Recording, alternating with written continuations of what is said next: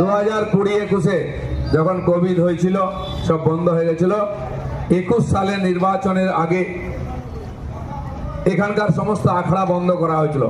এই প্রদীপ বাবু, আমি নাম নিয়ে বলছি, চেয়ারম্যান ছিলেন, আর সমস্ত আখড়াকে গিয়ে চমকেছিল, এই আখড়া বার করবি না, সঙ্গে ওসিকে নিয়ে ঘুরছিল, কেস দেবো, ঢুকিয়ে দেবো, আখড়া বার করতে দেবে না। বড় রাম ভক্ত, বিশাল বড় কাট আউট, আর মনের মধ্যে কার ভক্তি?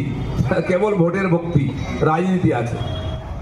আমরা সবাই মিলে বেরিয়েছিলাম, আমার পার্টির কর্মীরা, এখানকার যারা রাম ভক্তি, রাম নবমীর সঙ্গে যুক্ত আখড়া করেন, গিয়ে আমরা বলেছিলাম আপনারা আখড়া বার করুন, আমরা সঙ্গে থাকবো, কোনো বেটা গায়ে হাত দিতে পারবে না। এবং বেরিয়েছিল, কেস হয়েছিল, কেস ওদের নামে হয়নি, আমার নামে কেস হয়েছিল। আমার নাম চরণজিৎ আছে এখানে, তার নাম, আরো 2-3 জনের নামে কেস দেওয়া হয়েছিল।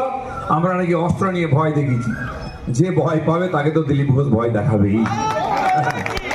তুমি ভয় পাও কেন ভাই? দম থাকলে সামনে আসো। অন্যের মাল লুট করবে, চুরি করবে, পেছনে লাগবে, আর পুলিশ দিয়ে চমকে ভোট করতে যাবে, তো আমি চমকাবো না?